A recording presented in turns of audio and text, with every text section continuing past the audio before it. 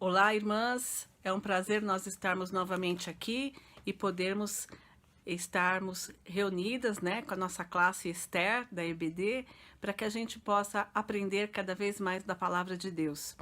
Eu quero começar esse nosso encontro com uma palavra de oração. Senhor Deus, muito obrigado por estarmos aqui. Obrigado pelo teu cuidado, Senhor, conosco.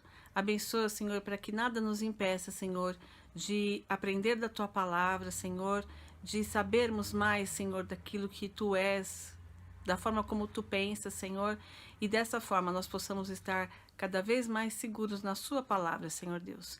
Abençoa, Senhor, para que nós possamos não nos tornar escravos do pecado, Senhor, mas libertas na tua cruz, meu Pai. Abençoa então este momento, Senhor, para que as nossas mentes possam se tornar claras, Senhor, e nós possamos entender aquilo que a tua palavra nos revela, Pai. É isso que eu te peço em nome de Jesus. Amém. Bom, nós temos estudado nesses últimos domingos sobre as mentiras em que as mulheres acreditam e a verdade que as liberta. E nós vimos, primeiramente, mentiras sobre Deus. Vimos a semana passada algumas mentiras sobre nós mesmas, né? E hoje nós vamos estar olhando um pouco sobre as mentiras sobre o pecado que Satanás nos conta. E vamos começar com uma história que o livro apresenta de uma família que pegou uma cobra para criar, né? Como um animal de estimação. Existem algumas pessoas que fazem isso. E quando essa cobra chegou até a casa deles, ela tinha apenas 30 centímetros. Mas com o passar do tempo, ela foi crescendo muito, chegou a ter 36 quilos. E depois de um tempo, houve um dia em que ela se enroscou no pescoço do filho deles, adolescente, de 15 anos, e acabou matando ele sufocado, né? Na verdade, a cobra, ela não foi errado. O que aconteceu com ela é que ela seguiu os instintos dela, né? Seguiu a característica natural dela. E a mesma coisa acontece conosco em relação ao pecado. O pecado brinca conosco, o pecado dorme conosco, o pecado parece uma coisa pequenininha, né? Mas a sua verdadeira natureza se revela e, aos poucos, o pecado pode se tornar destruidor e devorar todos aqueles que se tornam amigos dele, né? Amigos do pecado.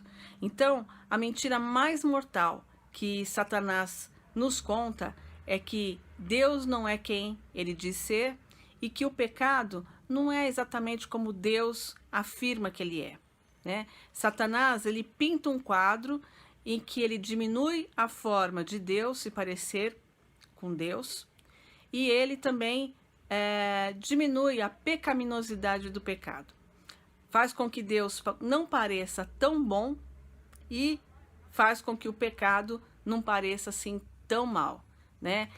Muitas pessoas usam hoje em fotografia filtros, né? Que acabam fazendo com que as pessoas não pareçam exatamente como elas são. E às vezes é exatamente isso, né, que Satanás faz com o pecado. Ele faz com que a sua verdadeira natureza mortal, né, que acaba realmente com o pecador, ele faz com que isso se pareça diferente, pareça-se mais bonito, né, pareça não tão feio quanto realmente é, né? Foi isso que Satanás fez no Éden. Ele usou a mentira para deflagrar a revolta que acabou sendo a mais cara que qualquer pessoa poderia ter imaginado, né? Através de mentiras que ele contou a Eva, toda a humanidade foi condenada. Então, nós temos que entender que nós temos um enganador, né? E que ele realmente, astutamente, ele conta mentiras para nós. Então nós vamos ver algumas mentiras sobre o pecado que Satanás nos conta. A primeira delas é: posso pecar e não ser punida por isso. Eu posso deixar, eu vou ser vou poder pecar e não vai haver punição para mim, né? Essa talvez seja a mentira mais importante que Satanás nos conta sobre o pecado. Deus disse, não coma, e porque você morrerá, né? Mas o que Satanás falou com Eva? Ele desafiou num ataque direto e frontal a palavra de Deus. Ele chegou para Eva e disse lá em Gênesis capítulo 3, versículo 4, com certeza você não morrerá, né? Então, foi uma mentira muito forte. Chegar para Eva, né? E dizer, certamente você não vai morrer, quando Deus havia dito que sim, eles morreriam se comessem daquele fruto, né? Então, nós vemos que no Salmo capítulo 10, o salmista, ele também indica 3 vezes que a razão que as pessoas desobedecem a Deus é que elas acreditam que não vão ser punidas por isso. Vamos abrir lá no Salmo 10.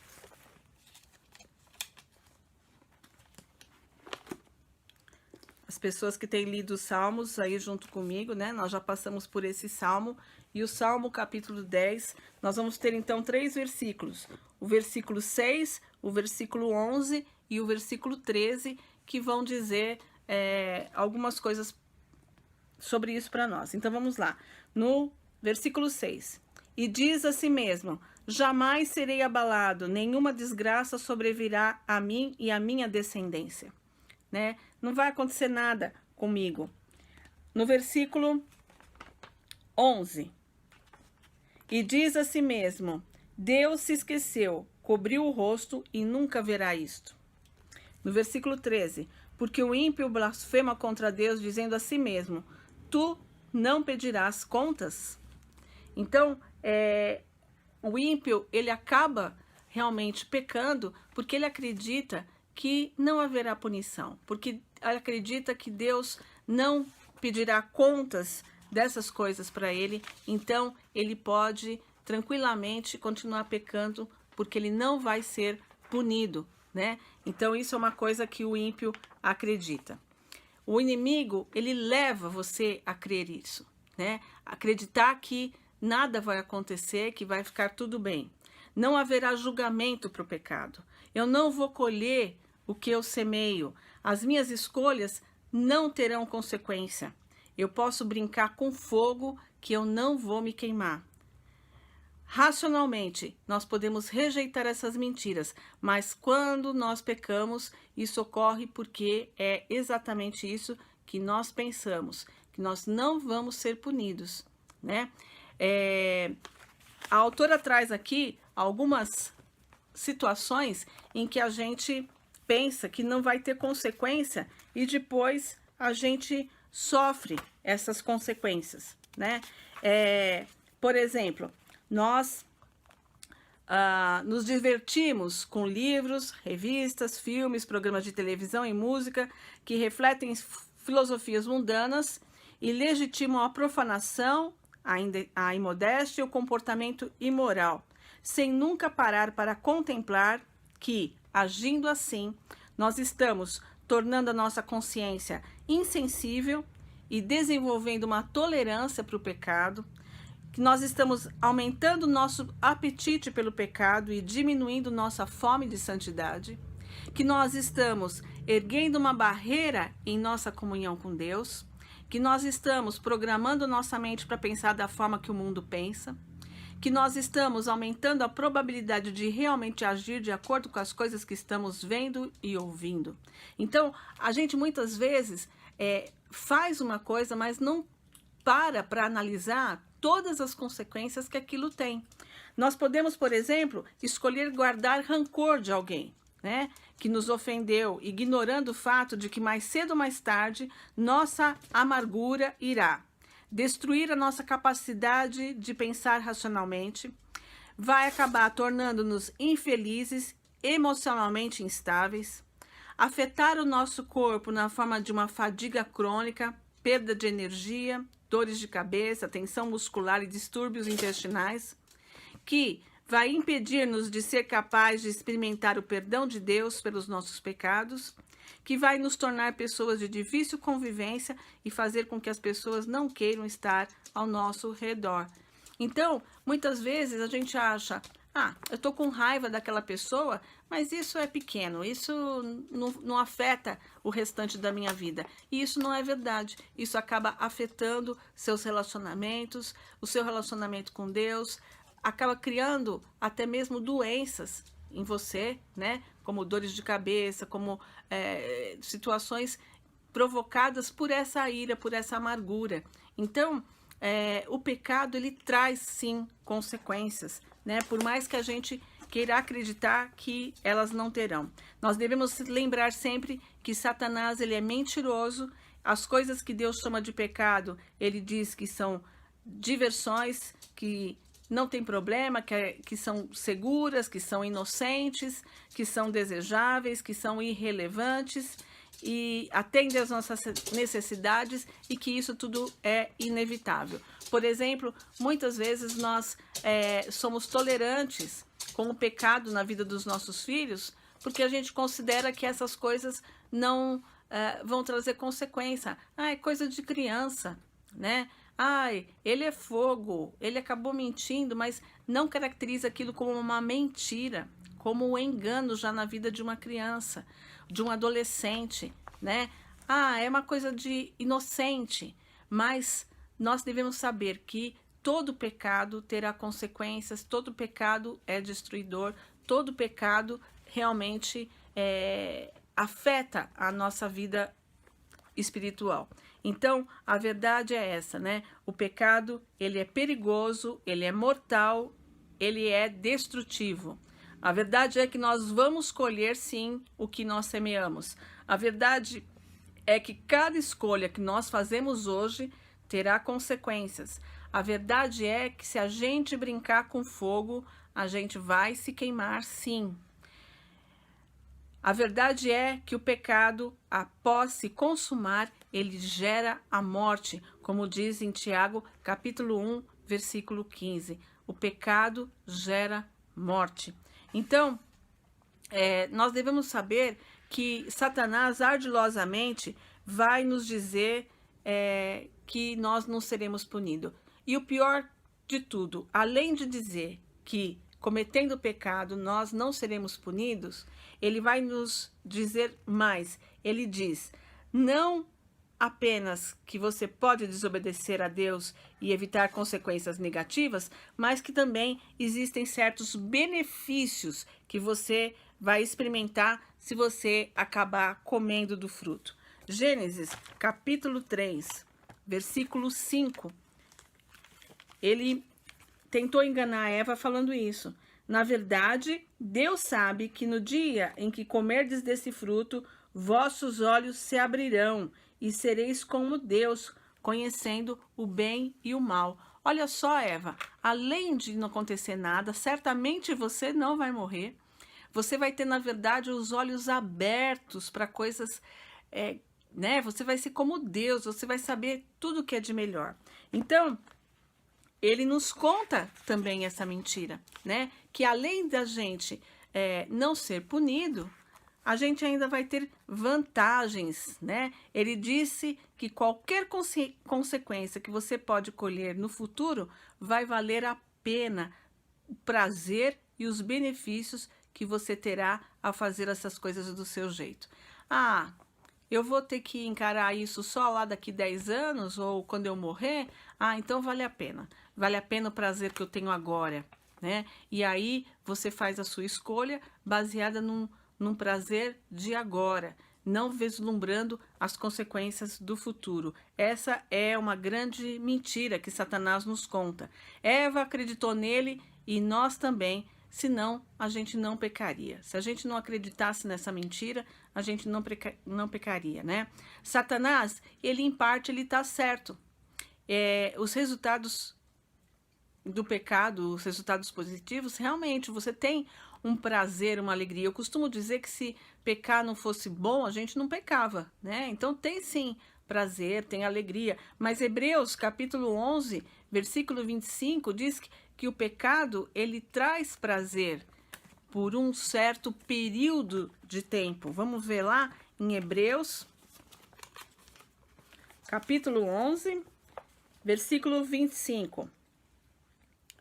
Escolhendo, antes no 24 vai falar, pela fé Moisés, já adulto, recusou ser chamado filho da filha do faraó, escolhendo, pelo contrário, ser maltratado com o povo de Deus, em vez de experimentar por algum tempo os prazeres do pecado. Então Moisés, ele tomou a decisão correta. Ao invés dele experimentar por um pouco de tempo o prazer do pecado, ele preferiu, né, ir com o seu povo. Então, muitas vezes nós podemos ser seduzidos por uma alegria, por um momento feliz, né?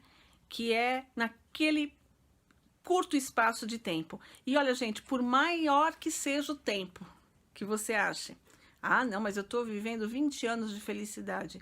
Isso é incomparável com uma eternidade, né? E é nessa eternidade que nós vamos realmente ter o nosso julgamento, né? É lá que os que obedecem ao Senhor poderão se encontrar frente a frente com o Senhor. Então, pense muito bem sobre essa mentira que Satanás está te contando, né? Eu vou deixar aqui na descrição do vídeo uma lista de consequências do pecado que estão na Bíblia, né? Várias consequências. O pecado tira nossa alegria, né? Ele fez uma lista aqui que eu achei muito interessante, eu vou deixar aqui na descrição do vídeo, que diz que o pecado tira a confiança, traz culpa, dá vantagens a Satanás, apaga o Espírito de Deus, e todas essas consequências que ele vai citando aqui, ela vai citando aqui, a autora do livro, são com referências bíblicas, né? E aí ela conta uma coisa que eu achei muito interessante, que um amigo dela coloca essa lista na carteira de todas as consequências que a Bíblia fala sobre o pecado. E cada vez que ele se sente tentado a pecar, ele vai lá e olha aquela lista e pensa, esse é um preço que eu realmente quero pagar, né? Esse é um preço que eu posso pagar. Eu tô pronto a cometer esse pecado sabendo que esse pecado vai tirar minha alegria, que esse pecado vai apagar o espírito, que esse pecado, enfim, vão ter todas essas consequências. E aí ele pode analisar, né, e tomar a decisão.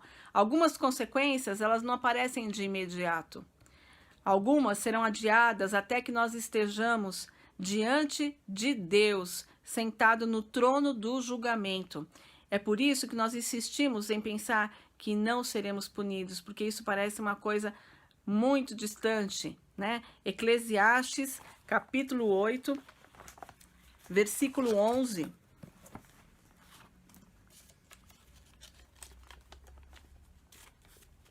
Diz assim: o coração dos homens está inteiramente disposto a praticar o mal, porque não se executa logo o castigo sobre os crimes. Olha que interessante, né? Como parece distante, ainda que o pecador cometa um crime 100 vezes e tenha vida longa, eu sei com certeza que tudo irá bem aos que temem a Deus, aos que o reverenciam.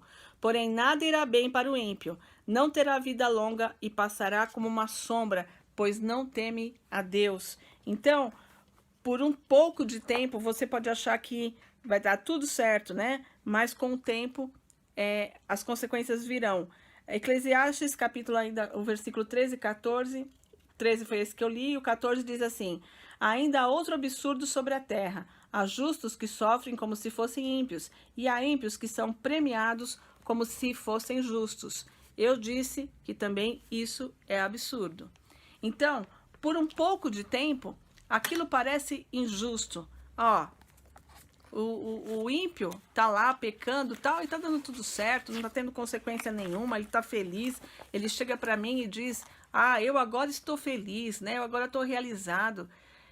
Mas as consequências virão, porque é isso que a Bíblia diz, né? E nós que acreditamos no que a Bíblia diz, de Gênesis a Apocalipse, não podemos ter exceções. Se a Bíblia diz que o pecado você tem, o salário do pecado é a morte, né? Então, nós temos que acreditar nisso. E Deus retarda o seu castigo, na verdade, para quê? Para nos dar tempo para nos arrependermos, né? Não é instantâneo, porque Ele quer que você tenha a oportunidade de se arrepender do seu pecado. 2 Pedro, capítulo 3, versículo 9. Eu gostaria que vocês pudessem estar aqui agora para poder ler comigo, né? A gente vai sentindo falta dessas coisas que são tão gostosas quando nós estamos juntos, que a gente vai compartilhando a palavra de Deus, que vocês vão lendo, né? Mas vamos lá. 2 Pedro, capítulo 3, versículo 9.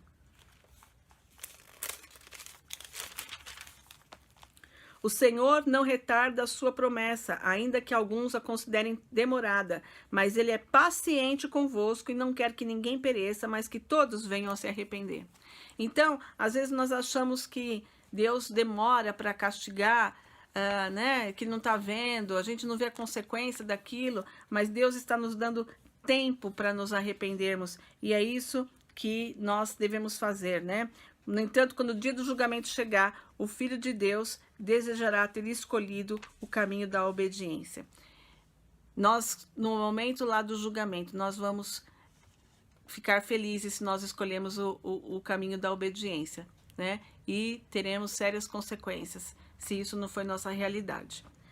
Bom, a próxima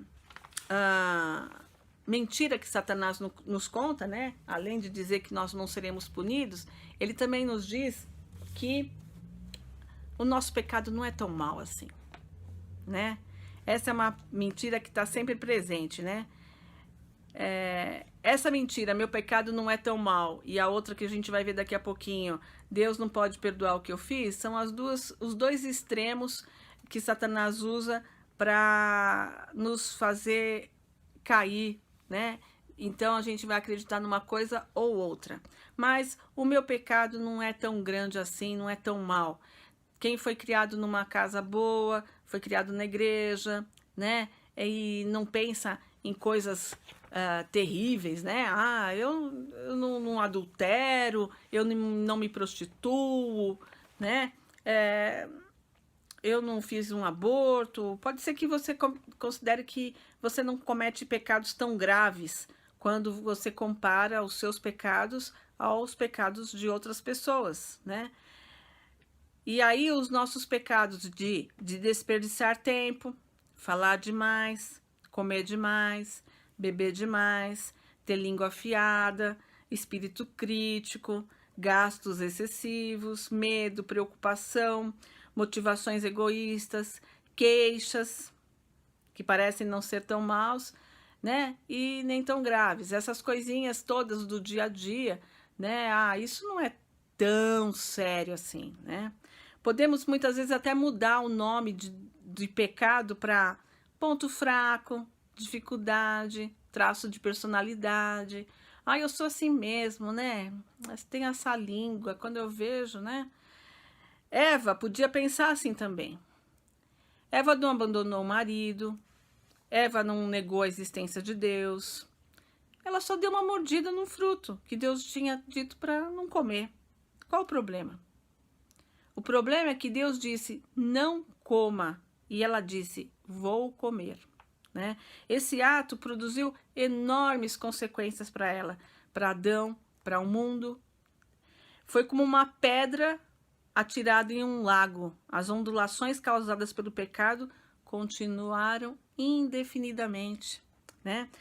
Que bom se a gente pudesse ver cada pecado nosso como um problema, cada pecado como um ato de rebeldia, cada pecado como uma traição ao Senhor, né? Que cada vez que escolhemos o meu caminho, em vez do caminho de Deus, nós estamos nos revoltando contra Deus e o Rei do Universo. Então, se a gente pudesse considerar realmente cada pecado, cada falha, né, nessa proporção, como algo grande sim, né, algo que venha desagradar o nosso Deus, como as coisas seriam diferentes. John Bunyan dizia: um pequeno vazamento afundará um navio e um único pecado destruirá um pecador.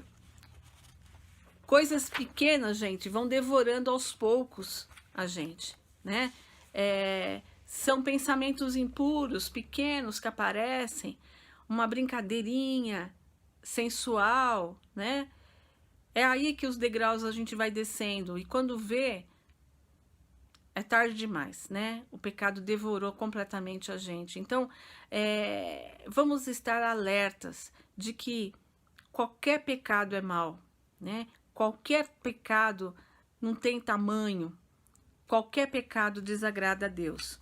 A forma certa de enxergar a verdade a respeito do pecado é vê-lo à luz de quem Deus é.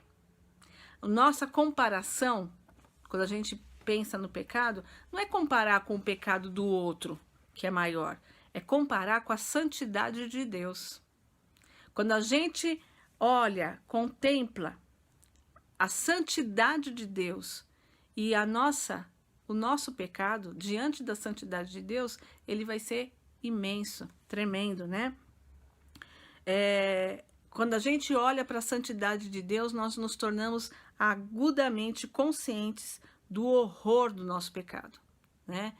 Então, a santidade, o nosso parâmetro não é o nosso vizinho ímpio, não é o crente da igreja. Ah, tá falando disso, mas tem tanta gente que... Não, o nosso parâmetro é Deus, né? É Cristo. Então, é essa comparação que a gente tem que fazer. A minha vida diante daquilo que Deus deseja de mim. É isso que importa, né? E quando nós encararmos a santidade de Deus, então o nosso pecado será bem grande, né? Aí, no outro extremo, como eu falei, nós temos a outra mentira. Deus não pode perdoar o que eu fiz. Não, isso é grande demais. Eu fui longe demais. Eu de novo tô caindo na mesma coisa. Dessa vez eu não tenho perdão, né? Muitas mulheres carregam um sentimento de culpa e vergonha sobre seus pecados. Embora saibam que Deus pode perdoá-las, elas não acreditam que são verdadeira e totalmente perdoadas. Elas têm dificuldade para aceitar a misericórdia e o perdão de Deus. Acreditam que tem que fazer alguma coisa para ser perdoada. Não é possível, né? Dessa vez eu errei demais, eu tenho que fazer alguma coisa, eu tenho que... eu já ouvi situações absurdas, né? De gente que fala assim, ah, não, vou ficar um mês sem comer chocolate, porque foi terrível o que eu fiz. Gente, né? Isso é pagar penitência, né? E o problema é que nem 1000 boas ações podem livrar você da culpa do pecado. Nada que o ser humano faça pode tirar a mancha do pecado da vida dele, né? Nada que a gente faça, nenhuma boa obra pode nos livrar de um único pecado diante de um Deus santo. Salmo 85:10 fala o que Jesus fez por nós. Olha só que bonito esse salmo.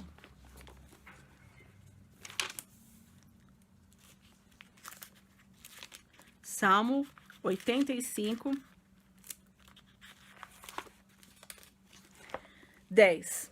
O amor e a fidelidade se encontraram, a justiça e a paz se beijaram. Olha que bonito isso, né? Foi isso que Jesus fez por nós.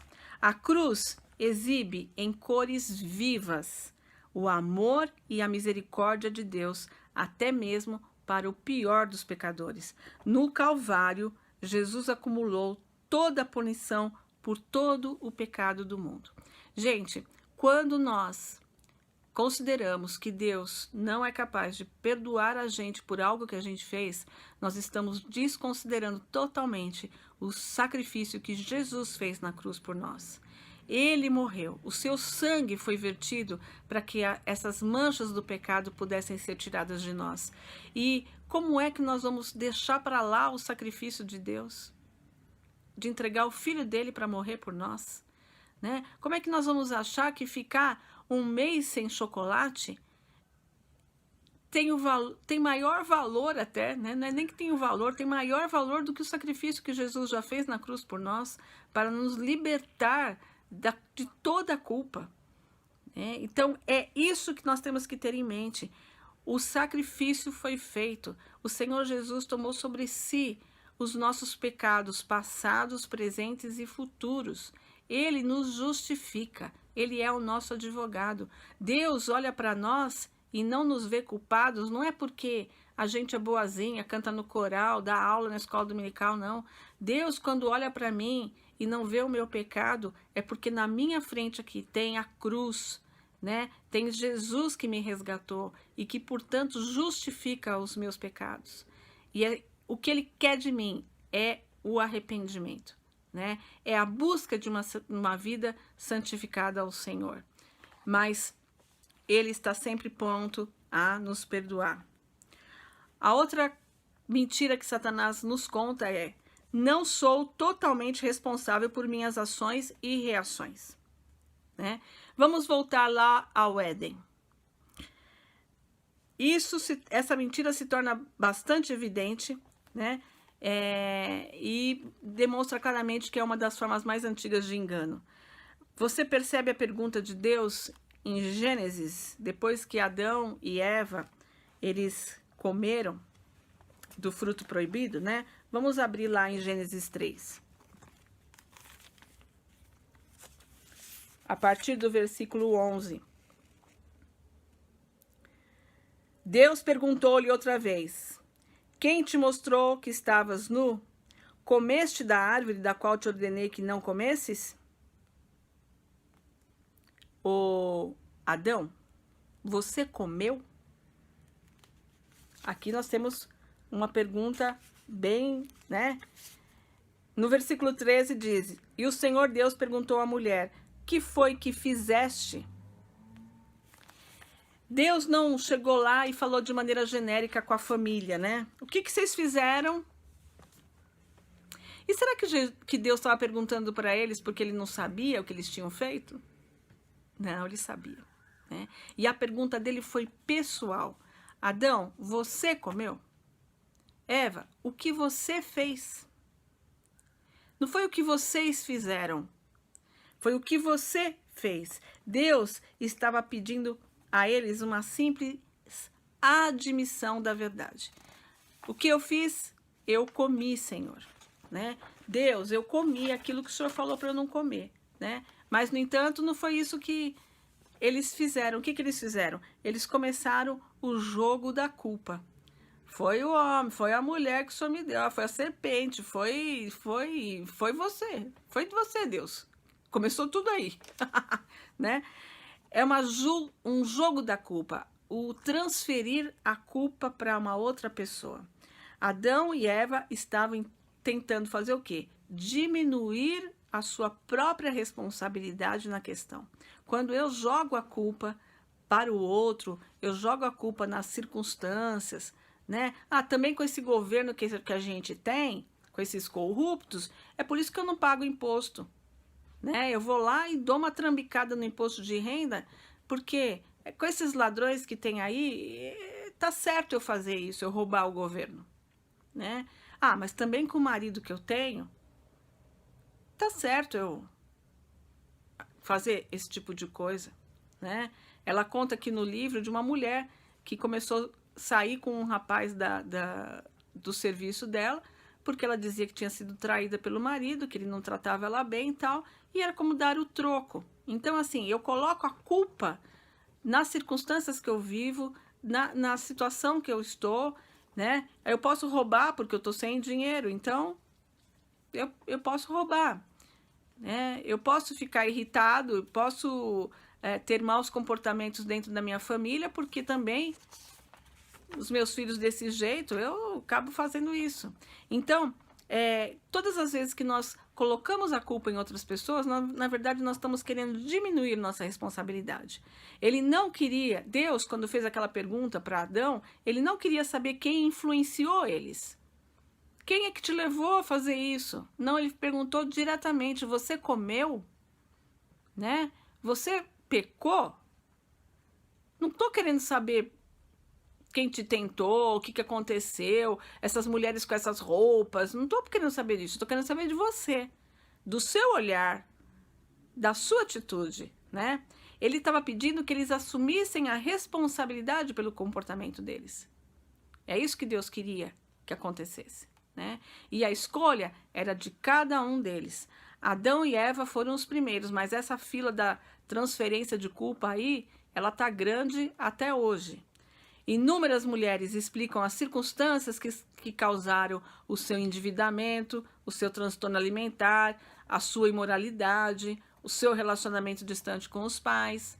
Ah, eu vivi na minha infância um abuso, então por isso que hoje eu sou assim, né? Ah, eu não honro meu pai e minha mãe porque também o que eles fizeram comigo. Então a gente transfere a culpa. Raramente nós vemos mulheres assumirem a responsabilidade pelas escolhas que criaram tais problemas em suas vidas. Muito dificilmente alguém vai chegar e vai falar: eu estou agindo assim porque eu decidi isso, eu escolhi isso, né? O inimigo nos afirma que se nós assumirmos essa responsabilidade por nossas próprias escolhas, nós vamos ser atormentados por uma culpa desnecessária. Então, a gente jogando no outro, a gente não se sente culpado. A verdade é que apenas assumindo plena responsabilidade pelas nossas ações é que nós vamos ter uma atitude que nos leva realmente a nos livrarmos da culpa, né? Porque quando eu assumo a responsabilidade, eu pequei, né? Eu posso reconhecer, eu posso me arrepender, eu posso confessar e me livrar da culpa. Sem essas etapas, colocando a culpa nas outras pessoas, como é que eu vou me livrar do meu pecado, né? Não vai ter como. E a nossa última mentira. A última mentira que a gente está estudando, porque a gente sabe que tem um repertório grande, né? Eu não consigo caminhar com uma vitória consistente sobre o pecado.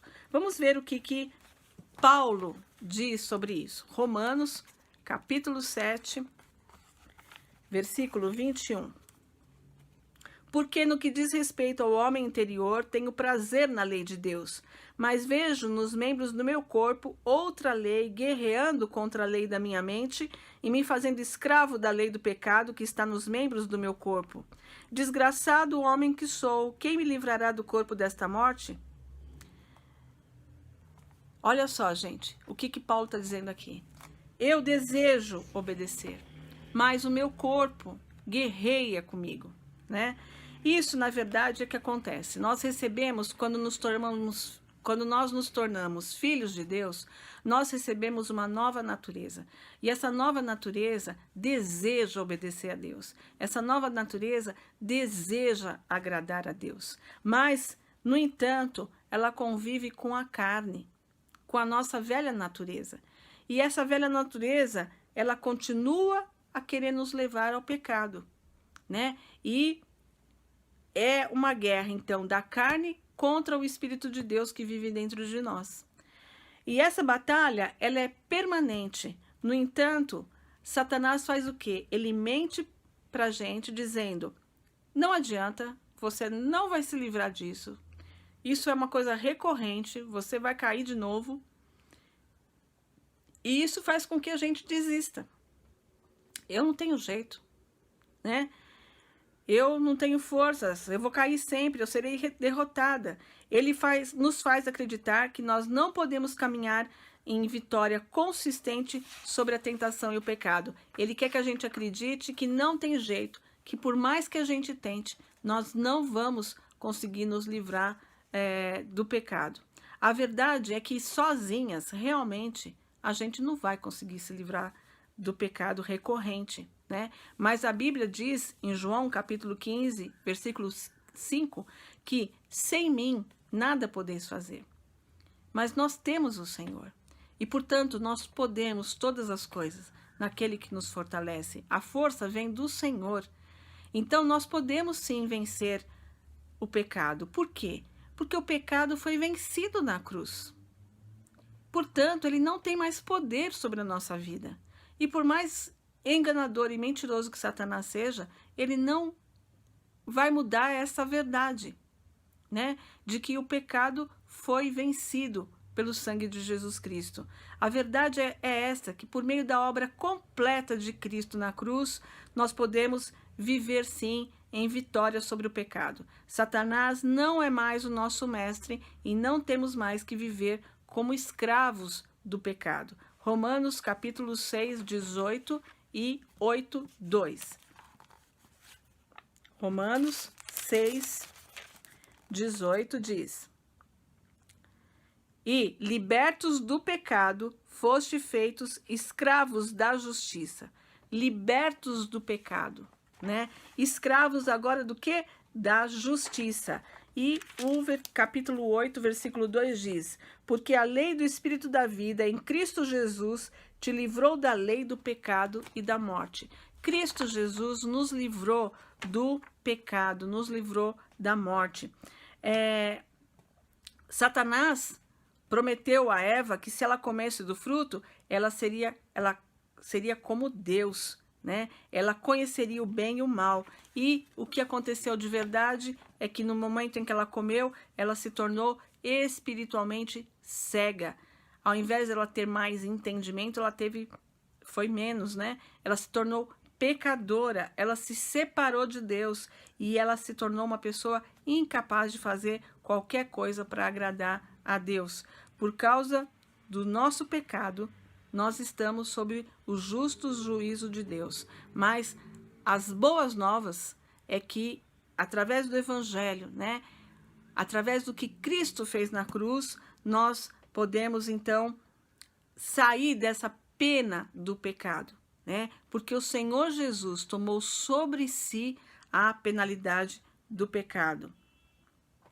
A verdade é que as mulheres, muitas vezes, sabem isso, racionalmente falando, mas são atormentadas pela questão do pecado, são atormentadas pela culpa. E isso se deve porque, de fato, elas nunca se arrependeram realmente da sua condição de pecador e se colocaram em Cristo, colocaram a sua fé em Cristo para salvá-las. Na verdade, gente, muitas vezes nós vivemos sobre o domínio do pecado porque ainda nós não passamos por uma verdadeira transformação, né, na nossa vida, no que se refere a encontrar Jesus de uma maneira pessoal e verdadeira. Então, aqui no final do capítulo que nós estamos estudando hoje, eu não teria uma forma melhor de falar do que ela fala aqui, né?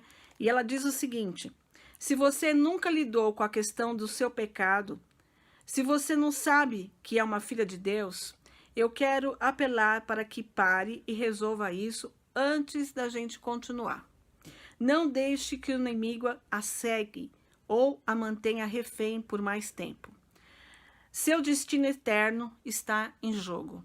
Se você, gente, você que está aí ouvindo, se você nunca lidou realmente com o pecado na sua vida, né? Se você foi uma pessoa que se acostumou racionalmente com a mensagem, se você gosta de ouvir salmos, acha bonito a Bíblia, mas você de fato não transformou, não deixou que o Senhor transforme a sua vida, né? No sentido de realmente se reconhecer pecador, se arrepender.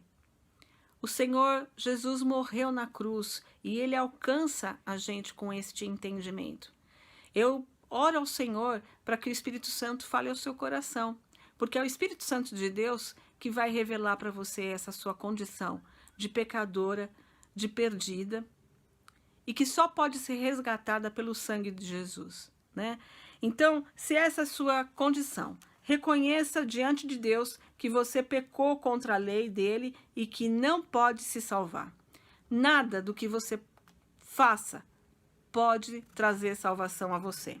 Agradeça-lhe por enviar Jesus para tomar sobre si a punição que você merece ao morrer por seu pecado, né? Agradeça ao Senhor Jesus por Ele ter morrido na cruz por você e ter carregado sobre si todo o seu pecado. Pela fé, acredite que Cristo irá salvá-la e receba o dom gratuito de vida que Cristo dá.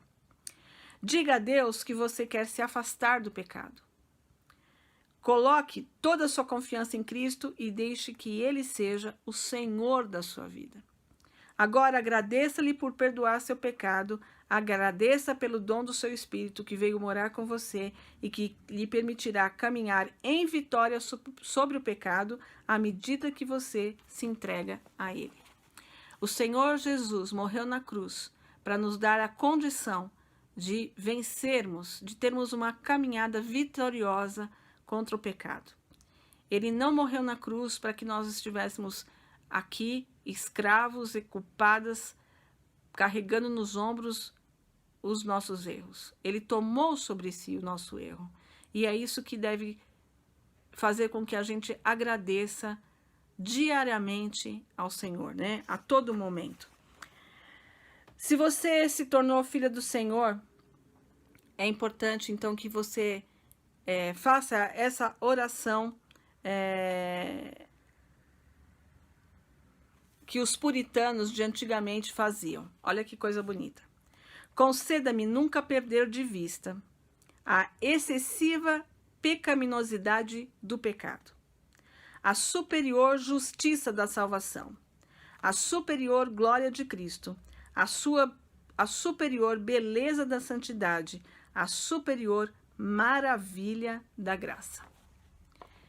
Irmãs, que nós não percamos de vista a santidade de Deus. Que nós não percamos de vista a graça de Deus. Quando Ele toma sobre o Filho dele, Ele entrega o Filho dele para tomar sobre si, né, todos os nossos pecados. E agora nós temos, né, diante de Deus, que buscar a santidade. Nós não podemos deixar que o inimigo, o enganador, nos engane com essas mentiras sobre o pecado. O pecado é mau, o pecado destrói, e nós devemos buscar viver longe do pecado. Isso implica numa batalha diária, não é fácil, né? Todas as situações que nós vamos sendo enredadas, mas nós temos o Senhor, e nós podemos todas as coisas na força e no poder do nosso Deus. Amém? Então, que nós possamos ter uma semana abençoada e que essa batalha diária possa ser realmente vencida. Deus abençoe a todas nós. Um grande beijo.